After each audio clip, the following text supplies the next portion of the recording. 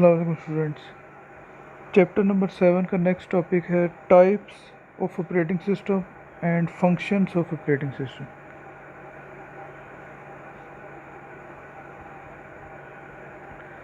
अच्छा, operating system जो होता है वो एक टाइप का नहीं है, ठीक है। ये कई टाइप के ऑपरेटिंग सिस्टम होते हैं, ठीक है। अच्छा, एक ऑपरेटिंग सिस्टम जो है ऐसे होते हैं कि उनमें बैच प्रोसेसिंग हम कर सकते हैं, ठीक है। इनको हम बैच प्रोसेसिंग ऑपरेटिंग सिस्टम कहते हैं। इनमें हम इस तरह से है कि हम इनको एक काम बता देंगे, ठीक है, कि पहले ये काम करना है, फिर ये करना है, फिर ये करना है। एक ही दफ़ा उसको यानी कि हम शेड्यूल कर देंगे कि ये सारा कुछ जो है उस ऑपरेटिंग सिस्टम को हम कहेंगे कि ये करके दो हमें, ठीक है। तो वो ऑटोमेटिकली उस पर काम करता रहेगा और वो काम करके सारा कुछ करके तो वो उसका जो भी आउटपुट होगा वो हमें दे देगा।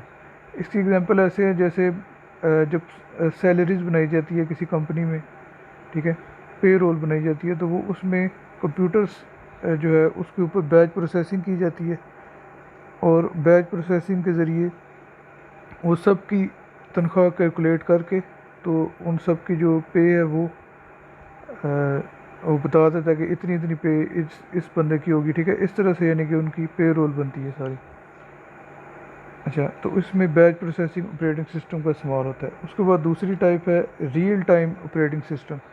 रियल टाइम ऑपरेटिंग सिस्टम बहुत इंपॉर्टेंट ऑपरेटिंग सिस्टम होते हैं और ये बहुत सेंसिटिव होते हैं। यानी कि इनमें इस तरह से है कि टाइमिंग का बहुत ज़्यादा इनमें जो है वो सेंसिटिविटी रखी गई है। अब एक कंपनी है, ठीक है, वहाँ पे अगर फ़र्ज़ करें कोई पैकिंग हो रही है सामान की। अब एक चीज़ आई, उसके ऊपर एक डब्बा गिरेगा, ठीक है, क्योंकि कंपनीज जो होती हैं, ये बड़ी बड़ी इंडस्ट्रीज़ होती हैं, उनमें ऑटोमेटिकली काम हो रहे होते हैं, ठीक है। ऊपर से कवर खुद आ जाता है, कभी सील ऊपर खुद आ जाती है। तो अब ठीक है, ऊपर से एक फ़र्ज़ करें उस चीज़ के ऊपर एक बॉक्स ने गिरना है। अब वो बॉक्स अगर 2 सेकंड लेट गिरा तो क्या होगा, चीज़ें यानी कि फ़र्ज़ करें एक प्रोडक्ट है, चाय का डब्बा है, वो आता है, ये चाय का पैकेट आता है, उसके ऊपर बॉक्स नहीं गिरना। अब वो पैकेट आ गया, ठीक है, 2 सेकंड गुजर गए, यानी कि डब्बे बॉक्स ने गिरना था लेकिन 2 सेकंड लेट हो गया। अब वो जो चाय का पैकेट है वो तो आगे चला जाएगा, उतनी देर में उससे अगला चाय का पैकेट आ गया होगा, ठीक है, ऐसा हो सकता है। तो फिर वो बॉक्स अगले पे गिर जाएगा, जो जिस पे गिरना था उस पर बॉक्स होगा ही नहीं फिर। तो यानी कि जो रियल टाइम ऑपरेटिंग सिस्टम है इनका काम टाइम के साथ बहुत ज़्यादा रिलेटेड है, ठीक है। यानी कि ये टाइम के लिहाज से बहुत सेंसिटिव है कि जो काम जिस टाइम पे करना है एग्जैक्ट उसी टाइम पे ये काम करते हैं। यानी कि उस बॉक्स को बिल्कुल उसी टाइम पे उस चाय के ऊपर गिरना चाहिए, ठीक है। अगर टाइम आगे पीछे हुआ तो क्या होगा कि हमारा नुकसान हो जाएगा, इस तरह वो चाय पे कवर ही नहीं आएगा, ठीक है, तो वो इस तरह हमारा काम ख़राब होगा, ठीक है, हमें नुकसान होगा। तो इस वजह से ये बहुत ज़्यादा सेंसिटिव बनाए जाते हैं टाइम के हवाले से, ठीक है, रियल टाइम ऑपरेटिंग सिस्टम। इस तरह बहुत से बड़े बड़े सेंसिटिव काम भी है जो कि जिनमें इनका इस्तेमाल फिर किया जाता है, जैसा कि न्यूक्लियर वेपन्स वगैरह हो गए और इस तरह की चीज़ें। अच्छा, यानी कि ये कभी भी टाइम को डिले नहीं करते, ठीक है, आगे पीछे नहीं होने देते, बिल्कुल टाइम पे काम करेंगे, जिस जिस सेकंड के ऊपर काम करना है वो उसी पे करें। नेक्स्ट टाइप ऑपरेटिंग सिस्टम की है सिंगल यूज़र ऑपरेटिंग सिस्टम। ये ऐसे ऑपरेटिंग सिस्टम है जो कि जिस पे सिर्फ एक ही बंदा काम कर सकता है टोटल, ठीक है, ज़्यादा लोग काम नहीं कर सकते जिस ऑपरेटिंग सिस्टम के ऊपर, यानी इनका यूज़र एक ही होता है। अच्छा, उसके बाद नेक्स्ट ऑपरेटिंग सिस्टम, अच्छा, सिंगल यूज़र की एग्जांपल जैसे डॉस है। अच्छा, नेक्स्ट है multi user time sharing operating systems.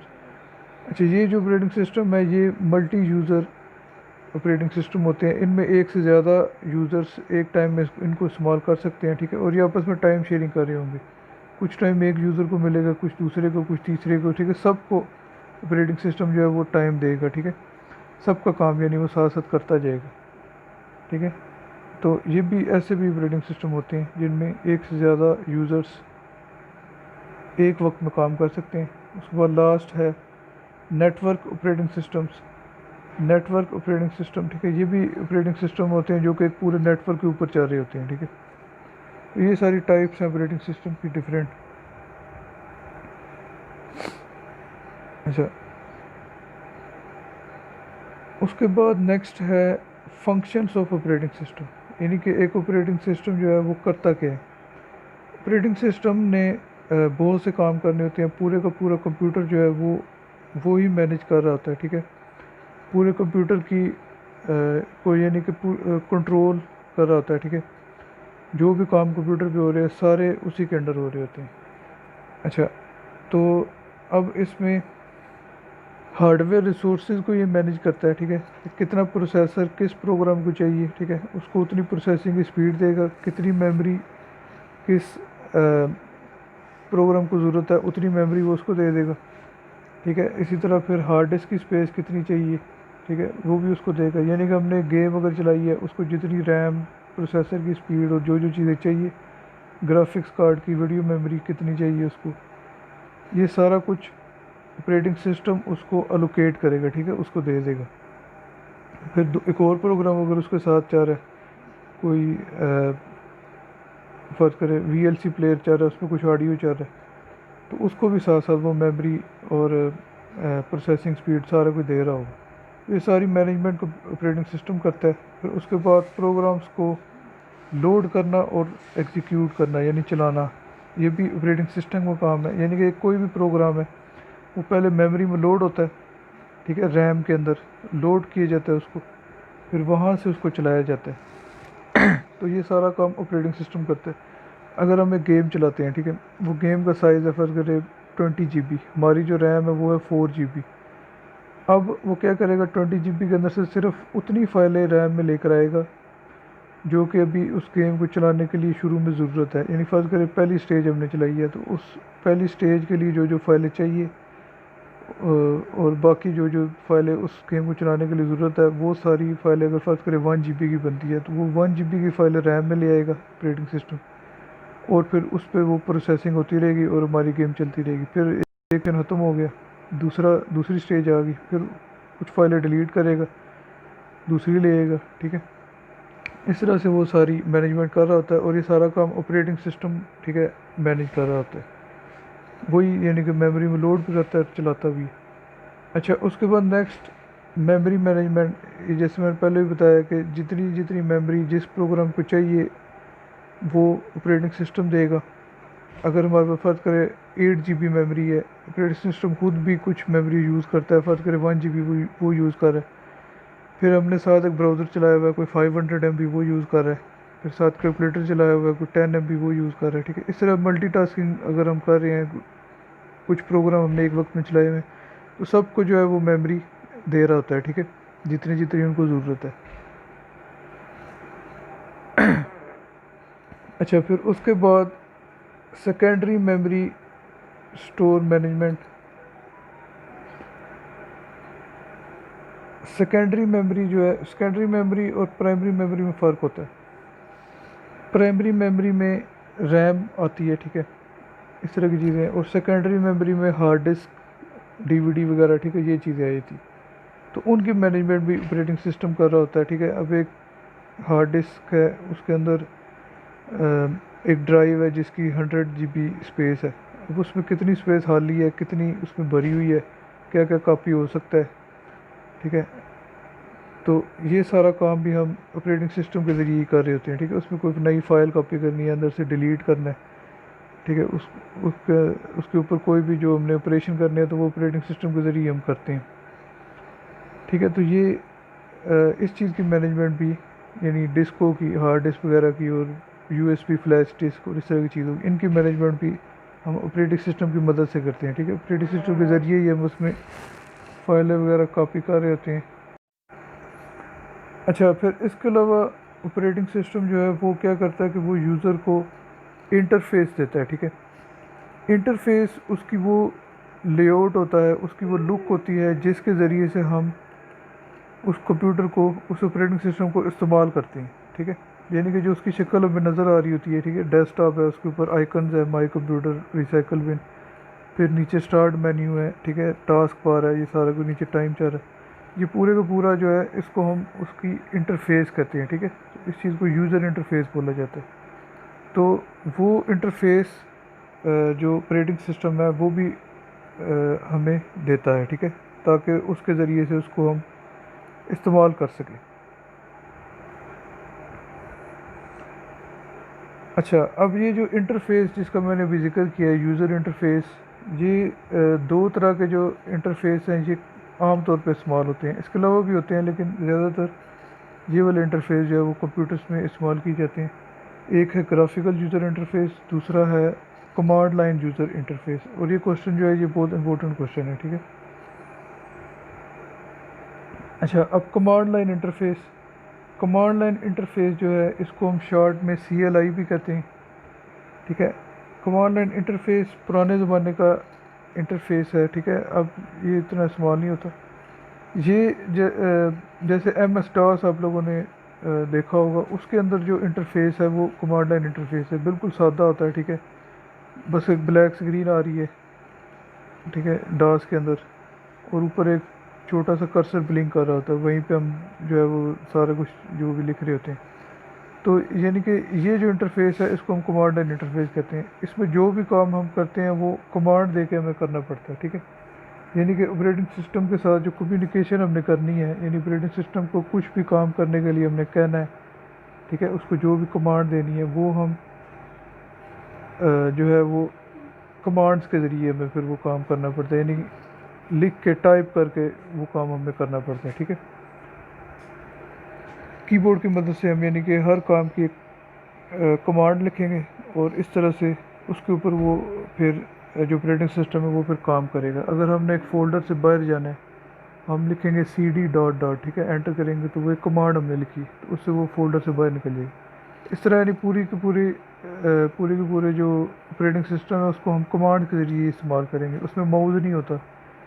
तो इस वजह से ये टाइम इसको इस्तेमाल करने में ज़्यादा ज़ाया होता है, ठीक है। टाइम कंज्यूमिंग है बहुत ज़्यादा, पुरानी टेक्नोलॉजी है, अब इतनी यूज़ नहीं हो रही। अच्छा, फिर उसके बाद जब हम कोई भी कमांड देते हैं तो ऑपरेटिंग सिस्टम का कोई एक प्रोग्राम उसके ज़रिए चल जाता है, ठीक है, क्योंकि ऑपरेटिंग सिस्टम में बहुत से प्रोग्राम होते हैं। तो जिस प्रोग्राम का काम की कमांड हम उसको देंगे उस प्रोग्राम को ऑपरेटिंग सिस्टम चला देगा, ठीक है। तो बिल्कुल सादा सा शक्ल में, कोई इतना खूबसूरत नहीं होता देखने में, ठीक है। तो ये इस तरह का ऑपरेटिंग सिस्टम होता है, ठीक है। यानी इसका जो यूज़र इंटरफेस है वो इस टाइप का होता है। इसकी एग्जांपल है MS DOS। अच्छा, दूसरा है ग्राफिकल यूज़र इंटरफेस। ये सबसे बेस्ट यूज़र इंटरफेस है, ठीक है। इसको हम शॉर्ट में GUI भी कहते हैं। इस इंटरफेस में जो है वो क्या है कि हमें सारा कुछ जो है वो आसानी से एक तो इस्तेमाल यानी हम उनको कर सकते हैं आसानी के साथ, और एक उसका अच्छा लुक होता है, ठीक है। यानी इजी, आसान भी है, यूज़र फ्रेंडली है, और ये है कि खूबसूरत भी होता है, ठीक है, इसका लुक।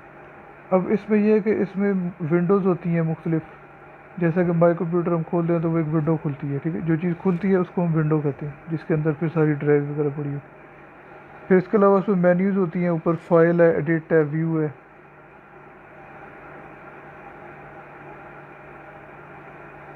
अच्छा, फिर उसके अलावा उसमें आइकन्स होते हैं, जैसे डेस्कटॉप के ऊपर माई कंप्यूटर का आइकन है, रिसाइकल बिन का आइकन है, ठीक है। इन चीज़ को आइकन कहते हैं, जो छोटी छोटी पिक्चर्स हैं। अच्छा, ये होते हैं। फिर इसके अलावा पॉइंटर होता है उसमें, यानी माउस को जब हम घुमाते हैं तो जो एरो स्क्रीन पर घूम रहा होता है उस एरो को पॉइंटर कहते हैं। इन चीज़ों की मदद से हम आसानी से उस कंप्यूटर को इस्तेमाल कर सकते हैं, ठीक है। यानी इसका यूज़र इंटरफेस बहुत अच्छा है CLI की निस्बत, ठीक है, कमांड लाइन इंटरफेस की निस्बत। अब इसको जब हमने कोई कमांड देनी है तो वो मेन्यू से हम उसको कमांड दे सकते हैं, ठीक है। मेन्यू पे अंदर जाएंगे, वहाँ से कॉपी की कमांड, पेस्ट की, मुख्तलिफ तरह की कमांड्स हम मेन्यू से भी दे सकते हैं, ठीक है। फिर इसके अलावा आइकन्स की मदद से हम इसको यूज़ कर सकते हैं। आइकन्स के ज़रिए किसी भी फ़ोल्डर को खोलना है या इस तरह कुछ भी करना है, किसी फ़ाइल को कॉपी करना है, तो पॉइंटर की मदद से हम आइकन्स के ज़रिए इसको यूज़ कर सकते हैं, ठीक है। अच्छा, फिर उसके बाद माउस जो है उसको ये सपोर्ट करता है, ये ऑपरेटिंग सिस्टम का ये यूज़र इंटरफेस, इसमें यानी माउस है तो माउस के ज़रिए बहुत से काम जल्दी हो जाते हैं, ठीक है, आसानी से हो जाते हैं। कीबोर्ड से भी कंप्यूटर यूज़ हो जाता है लेकिन उससे वो टाइम ज़्यादा लगता है बंदे को इस्तेमाल करने में, ठीक है, मुश्किल हो जाता है। तो माउस के ज़रिए काम आसान हो जाता है। माउस एक यानी कि एक बहुत बड़ी इन्वेंशन थी, ठीक है, जिसकी वजह से कंप्यूटर का काम कंप्यूटर को यूज़ करना आसान हो गया। तो वो इस इंटरफेस में सपोर्टेड होती है, ठीक है।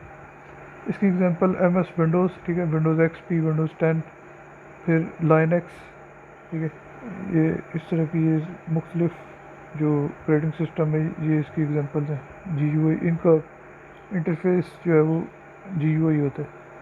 अच्छा, ये मैं अब थोड़ा सा आपको दिखाता हूँ, यहाँ पे डास खोलता हूँ, ठीक है। ये विंडोज़ 10 है, इसमें मैंने नीचे CMD लिखा है, ये कमांड प्रॉम्प्ट आ गया। इसको राइट क्लिक करेंगे, रन एज एडमिनिस्ट्रेटर। विंडोज़ 10 में इस तरह से इसको चलाना चाहिए। ये हमारे सामने डास आ गए। अब इसमें जो भी काम करना है कमांड से करना पड़ेगा।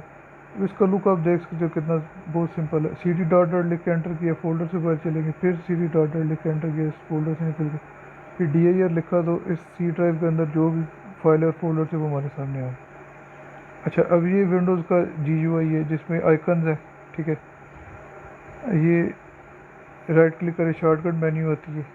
अच्छा, ये मैंने आइकन खोला, ठीक है, ये ऊपर मुख्तलिफ टैब्स हैं, ये मेन्यूज़ हैं, ठीक है। मेन्यूज़ के अंदर कमांड्स होती हैं, तो इसका लुक जो है वो खूबसूरत भी है और आसान भी है। अब ये मेन्यू में जाकर मैंने क्लोज़ की कमांड दी इसको, तो उसने क्या किया कि उस फोल्डर को बंद कर दिया। अल्लाह हाफ़िज़।